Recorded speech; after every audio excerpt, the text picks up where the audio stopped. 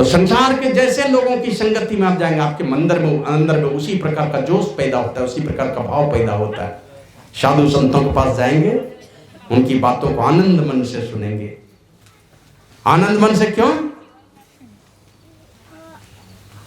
तो लिखते हैं तुलसीदास जी महाराज, सत्संगति मुद मंगल मूला।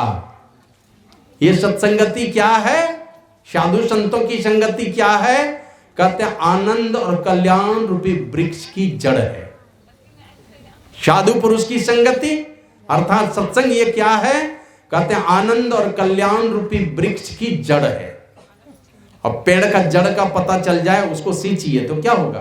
पेड़ लहराता रहेगा, हरा भरा रहेगा।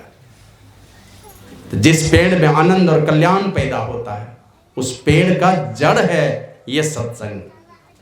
तो इसलिए आनंद मन से सुनना है। और बिनु सत्संग विवेक न होई। जब तक नहीं जाएंगे आपके अंदर में विवेक नहीं होगा। विवेक मन ऐसे सीधा सीधी लोग कहते हैं बुद्धि है ना, लेकिन अंतर है दोनों में।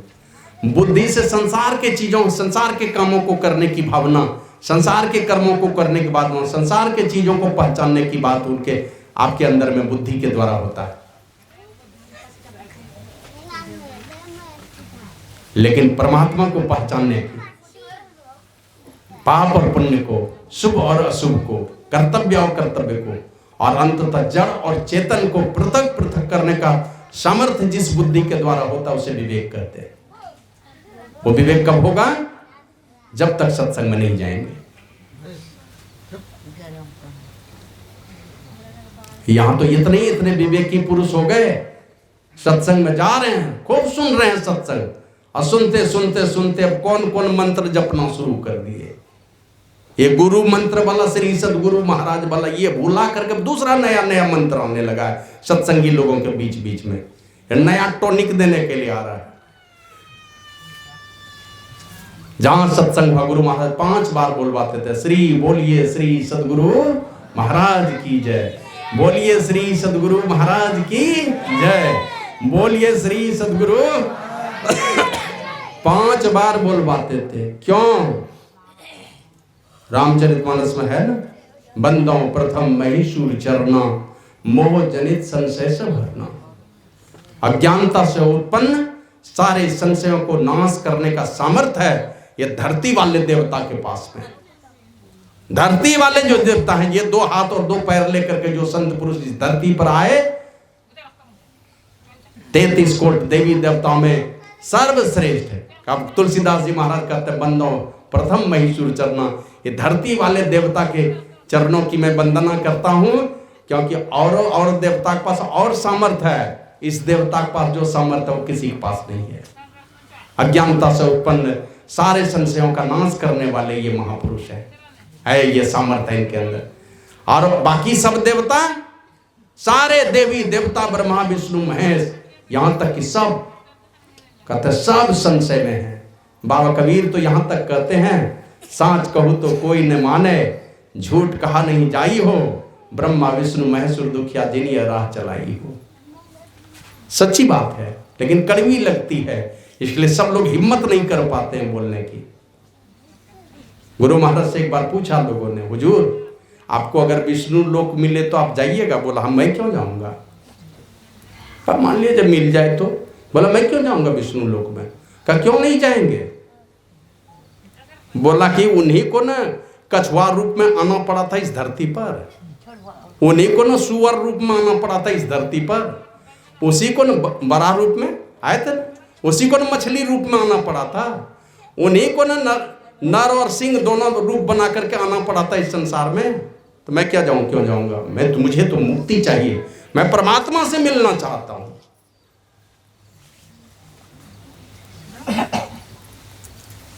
तो आनंद मन से जब साधु संतों की बातों को सुनेंगे, हाँ मैं वही कह रहा था कि ये जो धरती वाले देवता हैं, प्रत्यक्ष देवता हैं, ये देवता क्या कहते हैं? मोह जनित संशय से भरना, सारे संशयों का नाश करने का सामर्थ्य इसके अंदर में है। और जब तक संशय है परमात्मा कभी प्राप्त नहीं हो सकते। और संशय वालों को मुक्ति मिलती है। संशयहीन करने का सामर्थ्य संतों के ज्ञान में होता है। तुलसीदास जी महाराज लिखते हैं, ज्ञान कहे अज्ञान बिनु, तम बिनु कहे प्रकाश, निर्गुण कहे जो सगुण बिनु, सो गुरु तुलसीदास। जो अज्ञानता से ऊपर उठाकर ज्ञान में पहुंचा दे, अंधकार से उठा करके, जिन महापुरुष का ज्ञान आपको अंधकार से उठा करके प्रकाश में पहुंचाने का सामर्थ्य रखता है। जो भी महापुरुष, चाहे कबीर हुए, नानक हुए, दादू हुए, पलटू हुए, मीरा, सहजो, जना, जो कोई भी हुए, जिनके ज्ञान में, ज्ञान के सूत्र में अंधकार से प्रकाश में पहुंचाने का सामर्थ्य है। अगर कोई बताए हैं आपको, नहीं बताए तो हो सकता है जानकारी में नहीं हो उनको, उस ज्ञान को सीखिए कहीं भी जाकर के। ज्ञान कहे अज्ञान बिनु, अज्ञानता से ऊपर उठाकर ज्ञान के लोक में पहुंचा दे। और तम बिनु कहे प्रकाश, अंधकार से उठा करके प्रकाश मंडल में पहुंचाने का सामर्थ्य जिनके अंदर में। और निर्गुण कहे जो सगुण बिनु, सगुण साकार से ऊपर उठाने का सामर्थ्य, निर्गुण निराकार सर्वव्यापक स्वरूप का बोध कराने का सामर्थ्य जिनके ज्ञान में हो, वो संत होते हैं। सो गुरु तुलसीदास वे गुरु हैं, उनका ज्ञान गुरु है। तो ऐसे महापुरुषों के पास जब जाएंगे और आनंद मन से जब सुनेंगे उनकी बातों को, क्योंकि उनकी वहां जाकर के ये विवेक पैदा होता है, कर्तव्य और कर्तव्य का बोध होता है, आत्म और अनात्म तत्व को पहचानने का सामर्थ्य आपके अंदर में आता है। ये विवेक होगा वहीं चल करके। इसलिए लोग जो भी आए इस धरती पर, उन्होंने इन साधु संतों की सेवा में क्या क्या नहीं कर दिया।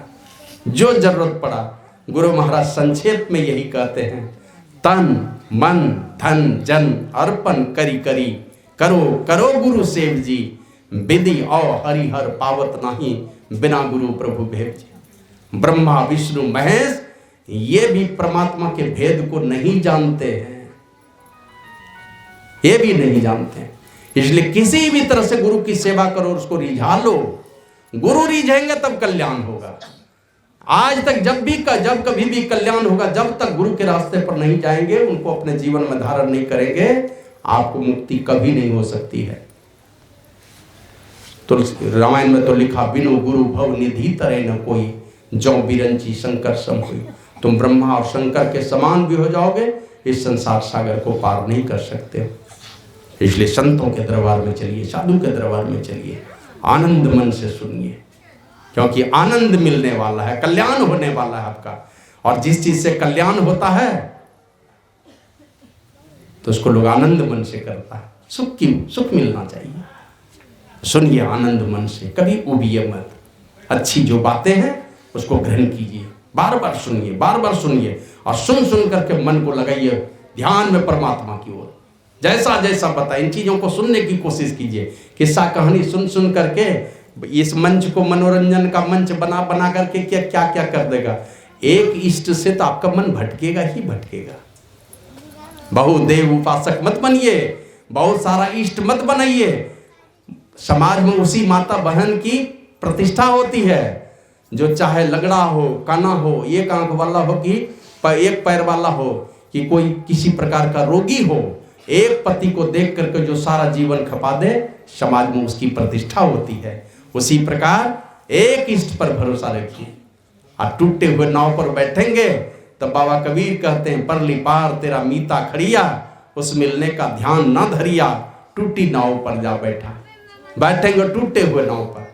जिस नाम को पकड़ना चाहते हैं, जिस नाम को जपना चाहते हैं, उस नाम को जपने से पाप नहीं है पाप। कोई बोलवा दिया, बोल लिया, लेकिन हमारी एकनिष्ठता में अगर कहीं खतरा होगा तो फिर उसको नहीं जपेंगे।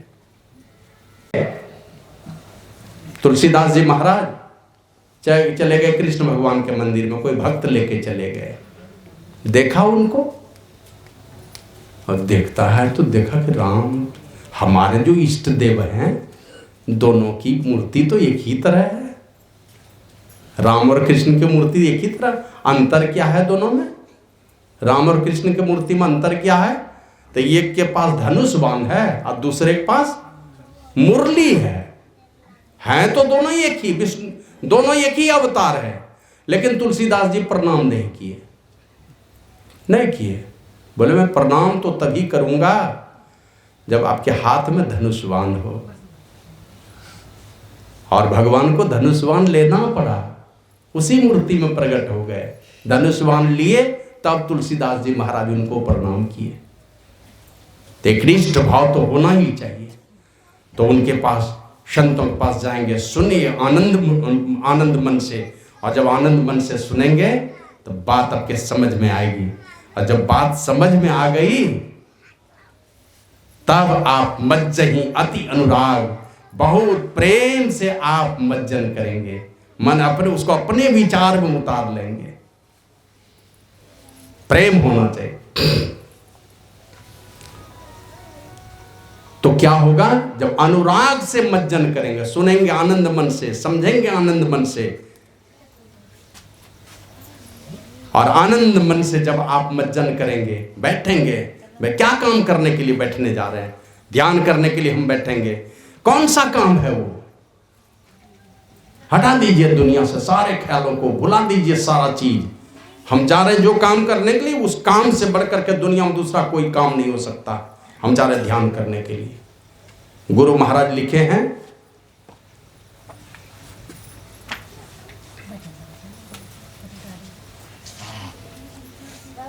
विविध नेम आचार जप तप तीरथ व्रत मख दानहु, क्या क्या, बहुत प्रकार का नेम है ना। घर में अपना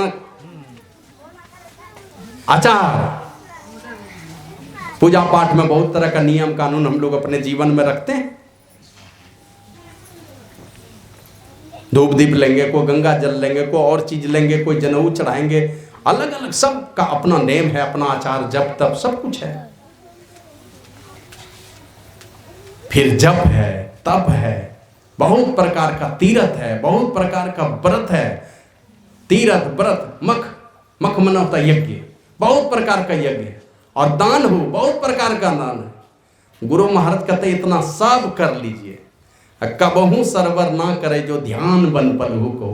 पल भर का ध्यान करने से जो लाभ होगा, ये करोड़ों नेम आचार जप तप तीरथ व्रत यज्ञ जितना करते हैं, करोड़ों करोड़ कर लीजिए, बदले में पल भर का ध्यान कर लीजिए, इसके बराबरी में नहीं आ सकता है कभी। तो उतना कीमती काम करने के लिए जब बैठ रहे हैं, दुनिया के सारे ख्यालों को भुला दीजिए। कोई नहीं, कोई हमको जगाना नहीं, कोई हमको उठाना नहीं, बैठिए। तो मज्जहि अति अनुराग, बहुत प्रेम से बैठेगा ध्यान करने, कभी नहीं टूटने होने देंगे, हमको बैठना है, दुनिया का सारा ख्याल भुला करके। और जो इस प्रकार अनवरत अपने जीवन को इस प्रकार होम कर देगा, हवन कुंड में जैसे डाल देता, उसी प्रकार अपने आप को झोंक दिया संतों के उपदेश और आदेश के घेरे में, जिसने भी किया लहेंगी चारी फल, वही चारों फल पाएंगे। बोलने के लिए बोलते रहेंगे, पाएंगे कौन, जो मज्जन करेगा, करेगा जब तक नहीं। बाबा कबीर तो कहते हैं, बिन देखे बिनु दरस परस बिनु, नाम कहे जो कोई धन धन कहे, धनी जो होते निर्धन रहते न कोई। खाली धन धन कहने से धन हो जाएगा, नहीं होगा, पुरुषार्थी बनना पड़ेगा। तो बैठिए, आनंद मन से मज्जन कीजिए, महापुरुषों का जो ज्ञान है उस पर मज्जन करना है, माना अपने जीवन में उतारना है। शरीर रहते मिलेगा चारों फल।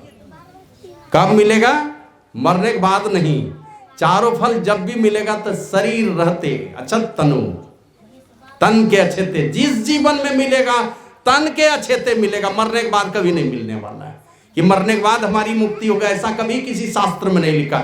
जब भी मुक्ति होगी तो शरीर रहते मुक्ति मिलेगी। जिसने भी अपने जीवन की बागडोर को संतों के हाथों में सौंपा है, जीते जी मुक्ति मिलेगी।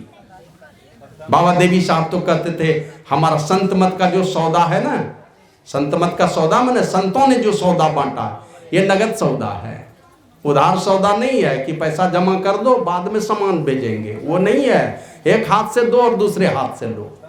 और वो तो कहते थे, मैं जैसा जैसा कहता हूं वैसा वैसा करो, यदि नहीं होगा तो तुम्हारा जूता और मेरा पीठ करके देखो, तो चारों फल मिलेंगे। फिर आगे कहते हैं, सुनी आचरज करई जन कोई, जो भी उसे क्या कहते हैं, साधु समाज में जाकर के आनंद मन से सुनेगा समझेगा मज्जन करेगा प्रेम से, शरीर रहते चारों फल मिलेगा। और वो कैसा फल होगा? तन के अच्छे से चारों फल मिलेगा, माने अर्थ भी मिलेंगे, धन भी मिलेंगे, अर्थ, धर्म, काम और अंततः मुक्ति को, ये चारों फल को प्राप्त करेगा वो। और मानो जिसने भी साधु संतों के चरणों में जाकर के अपने प्रेम को जोड़ा, कहते हैं मानो वो त्रिवेणी में अत्यंत प्रेम के साथ जाकर के गोता लगा रहा हो। सुन रहे हैं यहां?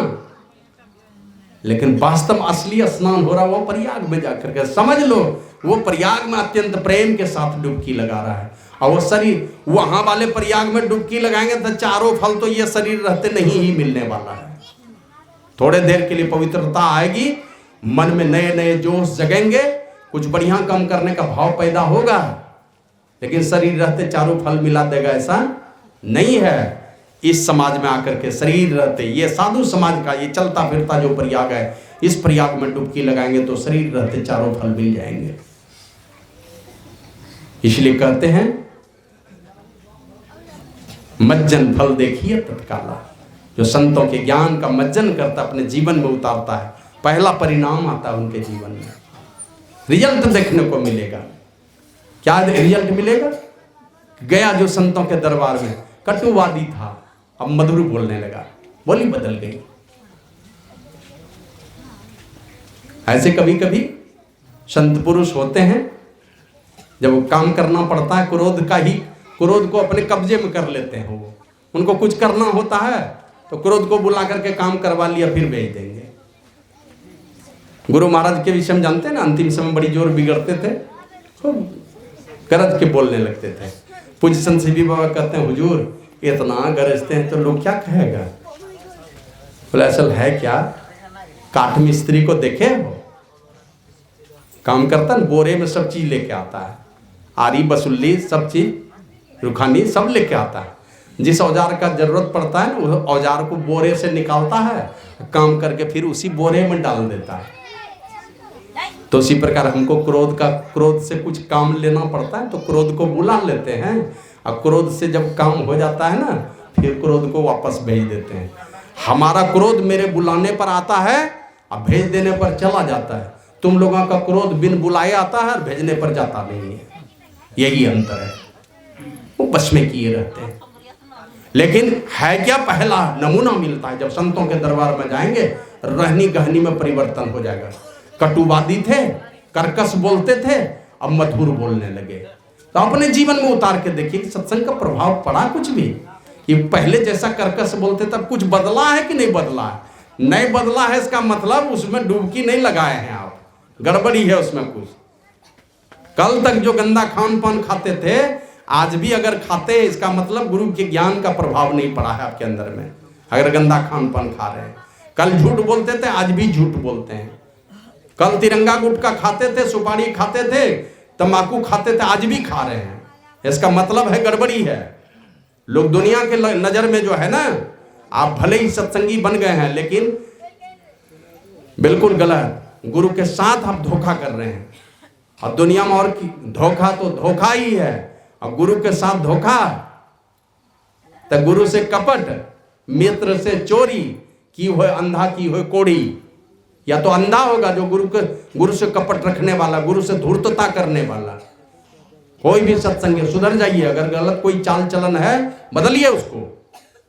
एक तरफ गुरु महाराज आपके खड़े हैं, दूसरे तरफ तंबाकू आपका खड़ा है, तंबाकुए है गुरु महाराज के सामने में। संकल्प ले लिया कि पांचों पापों से, तन मन धन से हम सेवा करेंगे संत मत का, पांचों पापों से बच के रहेंगे, छह विकारों से बच के रहेंगे। मोटा मोटी जो उल्टी पुल्टी आदत है, ये बाहरी आदत है, इसका जब परित्याग नहीं कर सकते तो मन के सारे विकार कहां से खत्म होंगे? तो पहला है संतों के दरबार में गए, इसका मतलब रंग नहीं चढ़ा। नानक देव जी महाराज को कहा कि हुजूर जैसे जैसे बताए ध्यान करने के लिए, उसी तरह तो ध्यान करते हैं, कहां कुछ दिखलाई पड़ता है। श्री सदगुरु महाराज की जय। बाबा नानक देव जी महाराज से एक भक्त ने पूछा कि हुजूर दीक्षा दिए, जैसा जैसा ध्यान करने के लिए बतलाए वैसा ही ध्यान करते हैं, तब भीतर में दिखलाई कहां कुछ पड़ता है? बोला अच्छा ठीक है, एक काम करो, एक बड़ी बाल्टी में भर करके पानी ले आओ। पानी मंगवाया और कहा यहाँ पर भांग कहीं मिलेगा? भांग? बोला हाँ। कहा भांग और धतूरा दोनों मिला करके पीसो। तो दोनों मिला करके पिसवाया, चटनी बनाया। कहा इस पानी में घोलो। उसमें गुड़ डाला और पूरा सब घोलवा दिया। भांग और धतूरा और गुड़ सब मिला करके एक बाल्टी पानी में मिला दिया और एक मग से शुरू किए बाबा नानक देव जी महाराज। इसको अभी हम पीते हैं, देखते नशा चढ़ता है कि नहीं। मुंह में लेते थे मग से, अब मुंह में लेते थे और कुल्ला करके फेंकते जाते थे। मुंह में लेते थे, कुल्ला करके फेंकते जाते थे। तो बाबा नानक देव जी महाराज कहते हैं भाई इसमें भांग धतूरा असली डाला था कि नकली? करना है गुरुदेव लाए थे, एकदम असली था। असली भांग, असली धतूरा सब पीस के डाले। तो बोला नशा नहीं चढ़ा? एक बाल्टी हम भांग धतूरा पी गए, नशा नहीं चढ़ा। बोला गुरुदेव नशा कहाँ से चढ़ेगा? आप तो कंठ से नीचे उतरने ही नहीं दिए, मुंह से कुल्ला कर करके फेंक दिए, अंदर गया ही नहीं, तो नशा कहाँ से चढ़ेगा? का उसी प्रकार जैसे भांग धतूरा हमने कंठ से अंदर नहीं उतरने दिया, कुल्ला करके मुंह से बाहर फेंक दिया, इसीलिए इसका नशा का प्रभाव नहीं पड़ा, हमको नशा नहीं चढ़ा। उसी प्रकार ध्यान की गहराई में तुम उतर नहीं पाए, बाहर संसार के खेल तमाशा को देखते रहे। ध्यान की गहराई में तो जब बैठिएगा, 1 घंटा अगर बैठना है, सच अगर पूछिए ना, तो जब तक 1 घंटा बैठिए, 1 घंटा छटपट करता है मन। जो अच्छे साधक होते हैं उसका भी मन इधर से उधर होता है। आधा घंटा, पौने घंटा, 1 घंटा मन इधर से उधर करेगा। हाँ कोई हैं जो बाहर में बढ़िया शील स्वभाव से, बढ़िया चरित्र से रहते हैं, ईमानदारी का निर्वहन करते हैं, सुचाचार का पालन करते हैं, सदाचार का पालन करते हैं। वो 10-20 मिनट बैठेगा, थोड़े देर तक मन छटपट किया, फिर ठीक हो जाएगा। वो धीरे धीरे आपकी बात सुनने लगेगा। अब उसको कहिए, वो भागना चाहता है खेत बहिहार में, आप उसको मानस जप करने के लिए बता रहे हैं। अरे भागने दीजिए, पहले 10-5 मिनट तमाशा देखिए, इसके बाद उसको काम दीजिए। आप शुरू करो, अब तुम घूम लिया ना, अब तुम्हारा नहीं सुनेंगे अब। और तब वहां बैठ करके मन ही मन गुरु मंत्र का जप कीजिए और जप करना शुरू करेंगे और धीरे धीरे आपका मन इधर उधर भागना छोड़ देगा ना। ये बेटा, ये हमारा बाप जो है ना, हम ही है सबका बाप, लेकिन ये मेरा बाप है, ये हमको हिलने नहीं देगा, कहीं जाने नहीं देगा। तो बस जैसा जैसा कहें वही जपेगा। और मानस जप अगर हो गया तो मानस ध्यान भी उसी का बनता है। ठीक जो मन ही मन मानस जप को शुद्ध कर लेगा, मानस ध्यान उसका बन जाता है, दोनों काम हो जाएगा। और इन दोनों कामों को जिसने कर लिया तो गुरु महाराज कहते हैं गुरु जाप मानस, गुरु ध्यान मानस कीजिए दृढ़ साध कर, इसका प्रथम अभ्यास करें। इसका पहले अभ्यास कीजिए ये दोनों का दृढ़ता से, तब सुरत शुद्ध करनी चाहिए, तब सुरत शुद्ध होगा। और शुद्ध सुरत के तब आप सूक्ष्म साधन करने के लिए आप मजबूत हो पाएंगे।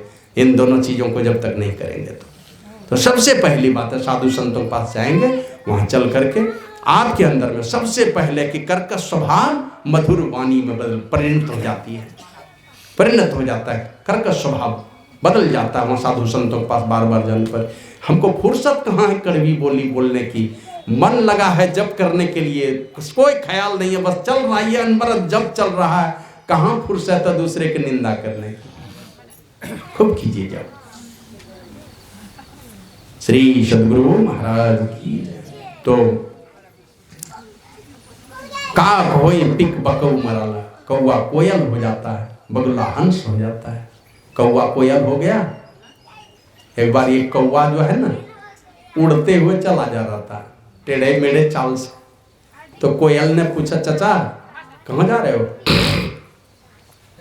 कब मैं जा रहा हूँ ये देश छोड़ करके। कहा क्यों? बोले यहाँ पर कोई हमारी बोली नहीं पसंद करते हैं, इसलिए इस देश को छोड़ के मैं जा रहा हूँ। तो उससे पूछा जिस देश में जाओगे आखिर यही बोली तो उस देश में भी तुम्हारे पास रहेगी, तो वहां कौन पसंद करेगा? यहाँ जो चाल है, यहाँ जो बोली है, यहाँ बिस्टा खाना, जिसका मन तिसका लोभी की तरह कुछ से कुछ उठा के भाग जाना, यही स्वभाव है, कड़वी बोली है, यही चाल चलन बोली तो दूसरे देश में भी रहेगी, तो कौन पसंद करेगा? बोला चाचा एक काम करो ना, देश क्यों बदलना चाहते हो, अपनी बोली बदल लो ना, बोली बदल लो। सब चाहने लगे, यहाँ भी चाहेगा वहां भी चाहेगा। और नहीं तो बोलते बोलते इतना खराब बोलना शुरू करते हैं। हमारे क्षेत्र में जाइएगा ना तो अपने बेटा को साला कहेगा। श्री सदगुरु महाराज की जय। हमारे क्षेत्र में जाइएगा तो बेटा को कहता साला। अरे साला सुना ही ना, और देखिए है बेटा उसको। तो एक दिन मुझे हंसी आ गई, मैं सुन रहा था और साधु की चाल, उसकी नजर पैनी नजर रहती है। जो अच्छे संतों के सानिध्य में रहे हैं, लोग सिखावन, लोगों को चेतावनी की बात हमेशा उस पर निगरानी रहती है उसकी। तो हमने कहा नुनहेरे तो बोने हका कहीं जाए, हम जैसे बोले तो उसकी मान लजा गई। है बाप है, हमने कह दिया बहना ही तुम्हारा बुला रहा है, वही साला साला कह रहा है। तो इसलिए अब देखे एक दो गांव में इधर देखे एक दो बूढ़े लोग हैं, समझे ना। अब खेत बहिहार में कोई बकरी चराने के लिए माई दाई गई है, इतना गंदा गाली गाँव से बकता है वो बूढ़ा सब। यहां से बकेगा तो 3 किलोमीटर आवाज जाएगी। इतनी गंदी गंदी गाली मुंह से। बोलिए कि 50 साल हो गया संत मत में दीक्षा लिए हुए, और उस माई दाई को इतना, एक तो बकरी लेकर के जाती है दूसरे का चराती, वो भी बहुत गलत काम है, वो सब नहीं करना चाहिए। सत्संगी लोगों में भी दोष है, लेकिन बूढ़ा बूढ़ा सत्संगी जो मंच पर बैठ के प्रवचन, और इतनी गंदी, हमारे यहाँ लजा जाए लोगों का मन, दूर से सुनेगा तो लाज लगने लगा, इतना खराब गंदा गंदा ये बोली निकालता है। तो कोयल जैसी हमारी बोली हो जाए, है ना। कौआ किसको क्या देता है, कोयल किससे क्या लेती है, केवल मीठी बोली है कोयल के पास जिसे सबका मन हर लेती है। श्री सदगुरु कौआ कोयल, बगुला हंस हो जाता है। बगुला क्या खाने पीने वाला है, वो है घोंघा मछली बैंग कुछ भी ले, टपाटप निकलना है उसको। और हंस नीर और क्षीर का विवेकी है ना। दूध को में भी मुंह डालता है तो उसके चोंच में ऐसी शक्ति है, पानी सब अलग हो जाएगा। रामायण में लिखा, जड़ चेतन गुण दोष में विश्व किन्न करतार, संत हंस गुण गहे पया परिहरि वारी विकार। जड़ और चेतन, गुण और दोष से मिला हुआ ये सारा संसार है। सारे संसार में जड़ चेतन और गुण और दोष से मिला हुआ है ये संसार। संत रूपी हंस क्या करते हैं, संत हंस गुण गहे पया, गुण रूपी अमृत को चुन लिया। जो संत रूपी हंस होते हैं, संतों के रास्ते में चलने वाले जो पथिक होंगे, गुण रूपी हंस को, गुण रूपी गुण को चुन लेंगे।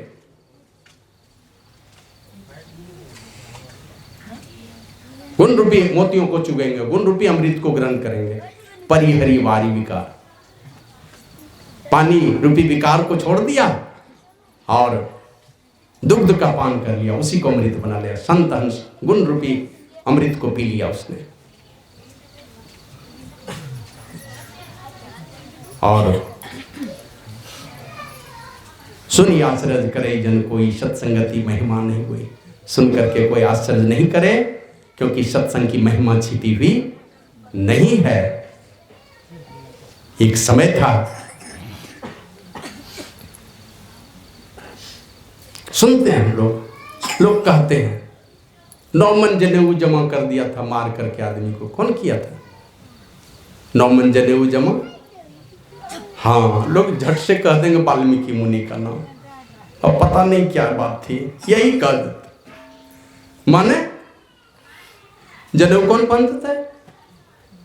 जो ब्रह्म के प्राप्ति के रास्ते पर चलने वाले जो बटोही हैं, वे पहनते थे।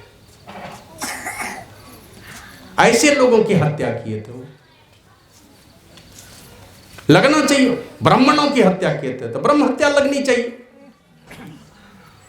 लग गई ब्रह्म हत्या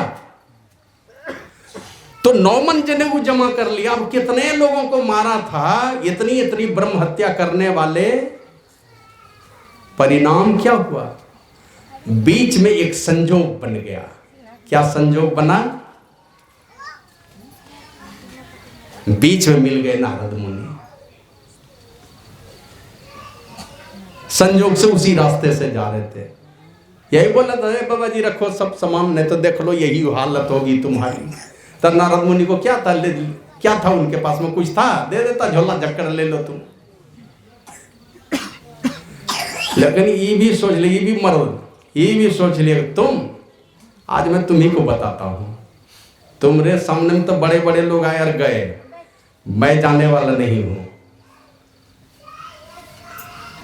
और वो नारद बाबा भेजे, जाकर पूछो तुम्हारा जो कुछ कर रहे हो उसका परिणाम, कुछ करना है तो बोलो, हम पर शक है, बंद हो, हमको गाछ में बांध दो, तुमको अगर संदेह होता है तो।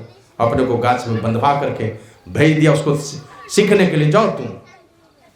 माने संत पुरुष जो होते किसी भी तरह से जीवों का भला चाहते हैं, किसी भी तरह से, गोड़ हाथ जो पकड़ना पड़ेगा। पलटू साहब तो कहते हैं, भजन आतुरी कीजिए और बात में देर, और बात में देर, जगत में जीवन थोड़ा, मानुष तन धन जात, गोड़ धरी करो नहीं हो रहा। ये मनुष्य शरीर रूपी पूंजी चली जा रही, रोज खिसकती जा रही मौत के तरफ, इसलिए गोड़ धरी करो नहीं हो रहा। हम गोड़ धर करके निहोरा करते हैं, पैर पकड़ते हैं। कांच महल के बीच पवन एक पंछी रहता, 10 दरवाजा खुला उड़न को नित उठी चढ़ता। भज लीजिए भगवान, पैर पकड़ के कहते हैं भज लीजिए भगवान। नारद मुनि वहां क्या कर रहे हैं, भाई जाकर हमको बांध दो किसी गाछ में, और जाओ जाकर के पूछो, हम कहीं नहीं भागने वाले हैं, आज तुम्हारा हिसाब किताब करके ही जाएंगे। और हिसाब किताब कर दिया उन्होंने। उनको पता था, हमारे गुरु महाराज लिखे, यह धन धाम कुटुंब कबीला सब स्वार्थ के चेहरे, अपने अपने सुख के साथी हेर न को सुख तेरे, सब अपने लिए। बाबा कबीर कहते, मन फूला फूला फिरे जगत में कैसा नाता रे, माता कहे या पुत्र हमारा, बहन कहे वीर मेरा, भाई कहे या भुजा हमारी, नारी कहे नर मेरा। पेट पकड़ के माता रोवे, बाह पकड़ के भाई, लपट झपट के तिरिया रोवे, हंस अकेला जाई। जब लग जीवे माता रोवे, बहन रोवे 10 मासा, 13 दिन तक तिरिया रोवे, फिर करे घरवासा। 4 गजी चरगजी मंगाया, चढ़ा काट की घोड़ी, चारों कोने में आग लगा, फूक दियो जसोरी। हाड़ जरे जस लाह कड़ी के, केस जरे जस घासा, और सोना ऐसी काया जर गई, कोई ना आयो पासा। कोई नहीं, जो वीर कहता था, भुजा कहता था, नारी कहती थी ये मेरा है। जाओ कोई एक को हाथ जला करके देख लो, अरे पूरा शरीर नहीं जलना, एक हाथ गोड़ कुछ भी जला दो उनके साथ में, कोई नहीं जाने वाला है। तो नारद बाबा को पता था चेतावनी देना जरूरी है, इतना इतना नरसंहार हो रहा है, बढ़िया इसको सीख देना चाहिए। और वही करते हैं, जैसे एक ही बिजली हीटर में जोड़िए तो आग उगलेगी, रेफ्रिजरेटर में दे दीजिए तो पानी ठंडा करेगी, पानी को जमा देगी, बर्फ बना देगी। पंखे में दीजिए तो हवा उगलने लगेगी, हवा देने लगेगी, एक ही बिजली है। नारद मुनि ने उलट दिया उसको, आए ब्रह्म ज्ञान का उपदेश दिया नारद मुनि का, के आदेश और उपदेश के घेरे में रख करके वाल्मीकि भय ब्रह्म, वाल्मीकि भय ब्रह्म समाना, जैसा कहा वैसा किया। श्री सद्गुरु महाराज की जय। कहने सुनने की बहुत सारी बातें हैं, बिनु सत्संग विवेक ना होई, राम कृपा बिनु सुलभ न सोई। बिना सत्संग के ये विवेक होगा नहीं, किस पथ पर चलना है, किस उद्देश्य से आए हैं, किस काम को करने से हमारा परम कल्याण होगा। जब तक आत्म तत्व को नहीं जानेंगे, परमात्म तत्व को नहीं जानेंगे, अपने आप को नहीं पहचानेंगे, तब तक हमारा परम कल्याण नहीं हो सकता। इस आत्म तत्व को जानने के लिए हमें ये मनुष्य का शरीर दे करके परमात्मा इस संसार में भेजते हैं। और ये मनुष्य शरीर पा करके अगर उस आत्म तत्व की खोज नहीं की, संसार के बेकाम वाले चीजों को, संसार को ही सजाने में सारा जीवन खपा दिया, का मरती विनष्टि, बहुत बड़ा नाश हो गया। तो इन चीजों को जानने के लिए मनुष्य का शरीर मिला है, और ये सारे अच्छे संस्कार बच्चों के अंदर में आए, इसी के लिए सत्संग है। बच्चा कच्चा बांस है, जय जिस तरह का देखते हैं मौली के घर में जहाँ सूप डलिया बनाते हैं, और कच्चे बांस को जिधर मोड़ना चाहते हैं मोड़ लेते हैं। और वही देखिए सूखा बांस सूख जाने पर उसको मोड़ना कठिन होता है। उसी प्रकार बच्चे के अंदर में ये सारे अच्छे संस्कार बचपन से ही माता पिता के प्रयास हमेशा भरते रहेंगे। माता पिता का प्रयास अगर ये होता रहेगा तो एक से एक माता इस संसार में, एक से एक पिता इस संसार में होते आए हैं, जिसमें कभी आप लोग जानते हैं जरूरत पड़ी तो माता मदालसा ने अपने 5 बेटे को, 4 बेटे को साधु बनाया, 5वें बेटे को लाइन में छोड़ दिया, क्योंकि उनके पति चाहते थे कि मेरा बेटा राजा बन जाए। तो राजा का ज्ञान दे दिया, राजनीति का ज्ञान दे दिया, लेकिन इस संसार से निकलने का रास्ता भी ताबीज बना के उनके बाह में दे दिया। 5 बेटे को साधु बना दिया। माता सुमित्रा है इस धरती पर, 2 बेटे उनको मिले। माता सुमित्रा क्या किया? कौन कौन? माता सुमित्रा को 2 बेटा लक्ष्मण और शत्रुघ्न। लक्ष्मण को कहाँ भेजा? राम की सेवा में। शत्रुघ्न को कहाँ भेजा? भरत जी जैसे संत की सेवा में। आज जिस दिन धौलागिरी पर्वत लाने के लिए भरत जी गए थे, ये धौलागिरी पर्वत लाने के लिए हनुमान जी गए थे, तो जैसे अयोध्या से पार कर रहे थे धौलागिरी पर्वत लेकर के, तो भरत जी ने उनको तीर मार करके नीचे गिरा लिया था। हे राम कह करके जैसे आवाज आई, सब लोग समझ गए कि रामदूत है। तो उनके पास क्या सारी घटना की जानकारी मिली कि लक्ष्मण को शक्तिवान लगा है। माता कौशल्या रोने लगी।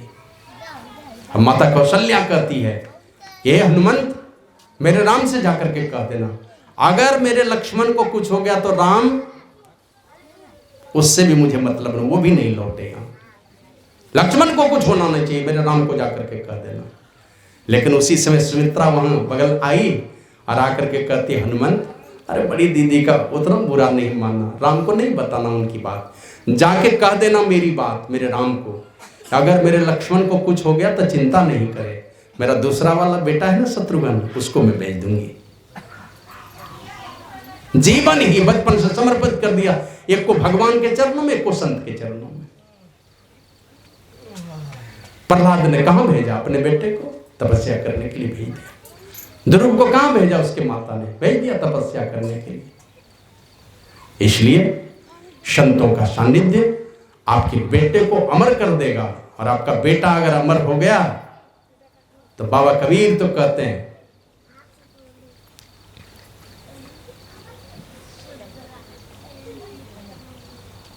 श्री सद्गुरु महाराज की जय। बोल रहा हूं मैं, निज नाम को अमर भयो सुवंश, जो निज नाम को जानता है, जो उस नाम को जानता है, जो परमात्मा से मिलाता है, उसको जो भी संतों की युक्ति से सीखेगा उसका वंश अमर हो जाता है, खानदान अमर हो जाता है। उनके अंदर में योग्यता और क्षमता आ जाती है कि नरक में पड़े हुए माता पिता को निकाल करके कहीं से उनके अंदर में ये योग्यता क्षमता आती है। अगर बेटे के अंदर में ये योग्यता क्षमता आ गई, एक भी खानदान में निकल गया, उनका सारे पूर्वजों के सदगति का द्वार खुल जाता है। तुलसीदास जी महाराज तो कहते हैं, सो कुल धन्य उमा सुनो। शंकर भगवान का उपदेश है माता पार्वती को, हे पार्वती वो खानदान धन्य है, जगत पूज्य, संसार में पूजनीय है खानदान, सुपुनीत परम पवित्र है वो खानदान। श्री रघुवीर परायण जही न रूपज विनीत। जिस खानदान में एक भी बेटा और बेटी कोई भक्त पैदा हो गया, खानदान पूजनीय हो जाता है, संसार में पूजनीय हो जाता है, विशेष पवित्र हो जाता है वो खानदान। तो बेटा और बेटी के अंदर में अच्छे संस्कार भरे, इसके लिए आवश्यक है आप खुद संस्कारवान बन करके चलिए। गुरु महाराज से पूछते थे लोग कि बच्चों के अंदर में आध्यात्मिक शिक्षा कब देनी चाहिए, किस समय? तो गुरु महाराज कहते थे, बच्चे के जन्म के पहले, बच्चे के जन्म के 25 वर्ष पहले उसको बढ़िया संस्कार दो। बच्चे के जन्म के 25 वर्ष पहले कैसे संस्कार दिया जाएगा? तो जन्म आज हो रहा है, कब बच्चे के जन्म के 25 वर्ष पहले का मतलब कि उनके माता पिता को पहले संस्कार डालो बचपन में। वो 25 वर्ष में जवान होगा और उन दोनों के संयोग से जो बेटा बेटी आएगा, तब इसके अंदर में अच्छे संस्कार होंगे। माने बच्चे को अगर संस्कारवान बनाना चाहते हैं, माता पिता का जीवन संस्कारी होना चाहिए। इसलिए अच्छे बेटे आए संसार में। मनु और शत्रुपा को देख लीजिए, तपस्या करके क्या चाहिए, आप ही के जैसा चाहिए बेटा, भगवाने को बुला लिया अपने घर में। तो पति पत्नी का जीवन अगर पवित्र है, भगवान तो आपके घर में आने के लिए तैयार है। बस आपको राजा दशरथ और कौशल्या बनाना होगा। श्री राम आप ही के घर पर आएंगे, लक्ष्मण आप ही के घर पर आएंगे। तो पवित्र जीवन हो आपका, पति पत्नी का जो दाम्पत्य जीवन है, घर गृहस्थी का जीवन, इसको पवित्र बना के रखिए। और दुनिया में बहुत पवित्र जीवन को पवित्र बनाने के लिए बहुत सारे कर्म हैं, लेकिन संतों का चरण सबसे बढ़िया पवित्र स्थान है। उन जगह में जाकर के अपने प्रेम को जोड़िए, महापुरुषों से जोड़िए, और जोड़ करके उनसे शिक्षा दीक्षा लेकर उन महापुरुषों के आदेश और उपदेश के घेरे में रख करके रोज दिन सत्संग ध्यान कीजिए, सदाचार का पालन कीजिए, पांचों पापों से हमेशा बचा करके सजग रह करके चलिए। करनी धरनी रहनी गहनी सबको सजा करके चलिए, तो संसार में आपकी पूजा होगी। और बच्चे के अंदर में आपके कृत्य के चलते बच्चे के अंदर में अच्छे संस्कार आएंगे। इसलिए डॉक्टर APJ अब्दुल कलाम कहते थे, माता पिता को चाहिए इतना तो कम से कम कर्म कर लेना चाहिए माता पिता को, कि उनके बच्चे को अपने माँ बाप का नाम छोड़ करके किसी दूसरे का उदाहरण नहीं देना पड़े। है तो ऐसा कर्म कर लीजिए, माँ बाप कुछ ऐसा काम कर लीजिए कि आपका बेटा बेटी गौरव के साथ कहे कि हमारा बाप इतना बढ़िया था, गौरव के साथ कहे। और नहीं तो खाली आपको दूसरे का ही कहानी सुनाना पड़ेगा। फलना आदमी खूब ध्यान करे चले, फलना आदमी खूब बढ़िया सत्संगी चले, फलना बाबू बहुत दान करते थे, यही सब सुनाइएगा, खाली अपने विषय में कुछ नहीं बता पाइएगा। तो अपने जीवन को सजाइए, और आपका जीवन पति पत्नी का जो दाम्पत्य जीवन ये सजा हुआ रहेगा। इसके लिए है कि खान पान की शुद्धि रखिए, साधु संत मिले सम्मान कीजिए, साधु संतों की युक्ति से नियमित रूप से ध्यान कीजिए, नियमित रूप से सत्संग में बैठिए। कोई है नहीं है घर में बैठ के सत्संग कर लिया, मत छोड़िए इसको। बाल बच्चे क्या करेंगे, आप जो कर रहे हैं उसका संस्कार पड़ेगा उसके ऊपर, वो एक न एक दिन विचार करेगा। और ज़्यादा मुंह को मत चलाइए, नहीं तो अभी के समय ज़्यादा मुंह चलाइएगा तो जानते हैं ना, और बाल बच्चा और बिगड़ेगा ज़्यादा मुंह चलाने पर। इसलिए कम और मुंह से ज़्यादा चलाइए, बस अपने मन को चलाइए, नियमित सत्संग ध्यान कीजिए, पूजा कीजिए, बढ़िया चरित्र से रहिए। बाल बच्चे के ऊपर गुरु की कृपा होगी, आपका मेहनत आपका पुरुषार्थ गुरु महाराज के सामने में पहुंचेगा, आपकी प्रार्थना गुरु महाराज के पास पहुंचेगी। तो आपके कहाँ सुख दुख हो रहा है गुरु महाराज नहीं देखेंगे, जरूर देखेंगे गुरु महाराज। तो सारे लोक और परलोक में जो भी चीज दुख है हमारे जीवन में, धीरे धीरे मिटते मिटते अंततः सदा सदा के लिए हम उस सुख के खजाने में जाएंगे, जहाँ दुख का मुख देखना ही नहीं पड़ता है। तो ये सारे चीज़ों को अपने जीवन में उतारे, बच्चों के अंदर में ये संस्कार आए, यही सोच करके ये सत्संग का आयोजन श्री भिखारी राव जी कराए। बहुत बहुत साधुवाद है उस बच्चे को कि आगे बड़ा होकर के वो माता पिता के अनुकूल जीवन हो। रामचरितमानस में तो यही माता सुमित्रा का आदेश है, दुनिया के सारे क्या कहते हैं सारी माताओं के लिए, पुत्रवती युवती जग सोई रघुपति भगत जासु सुत होई, नत्रुबांझ भलवादी बियानी राम विमुख सुते ही जाने। जिसका बेटा राम से विमुख हो गया, समझो तुम मां नहीं हो, तुम बियाई हो। बड़ी कठोर बात है। और पुत्रवती कौन, जिसका बेटा परमात्मा का भक्त हो गया। शंकर भगवान क्या कहते हैं, सोई सर्वज्ञ गुणी सोई ज्ञाता, सोई महिमंडित पंडित दाता, धर्म परायण सोई कुल त्राता, राम चरण जाकर मन लाता। जिसका भी मन राम के चरणों में चला गया वही बेटा सर्वज्ञ होगा, वही कुल खानदान का दीपक होगा, वही दुनिया को उजाला देगा, वही गुणी होगा, ज्ञानी होगा, धरती का प्रतिष्ठा बढ़ाने वाला, धरती का बोझ हल्का करने वाला होगा, और खानदान का रक्षा करने वाला होगा। ये सारे अच्छे संस्कार बच्चों के अंदर में आए। मैं गुरु प्रभु से बहुत बहुत प्रार्थना करता हूँ, बहुत बहुत साधुवाद देता हूँ। गुरु प्रभु की कृपा सदैव बरसती रहे। बच्चा बड़ा हो तो पढ़े लिखे बड़ा आदमी बने, लेकिन माता पिता और परमात्मा का भक्त बन करके इस संसार में रहे, साधु संतों की सेवा करे, समाज में सद्भावना लेकर के जिए, हर लोगों को अच्छा रास्ता दिखाए। गुरु प्रभु से प्रार्थना करता हूँ उनके माता पिता, नाना नानी, जो कोई भी हैं, सब लोगों का जीवन सुख शांतिमय और समृद्धि से भरा हुआ हो। जो भी सत्संग में सम्मिलित हुए सबों का जीवन गुरु प्रभु की कृपा से ओतप्रोत हो, साधु संतों के प्रेम में डूबा हुआ आपका जीवन हो। सत्संग में सदैव मन लगे, बाहरी सत्संग और आंतरिक सत्संग, यानी बाहर में कथा कहानी की चर्चा और अंतर में ध्यान में मन लगे। मैं गुरु प्रभु से सबों के लिए प्रार्थना करता हूँ। बोलिए प्रेम से श्री सद्गुरु महाराज की जय।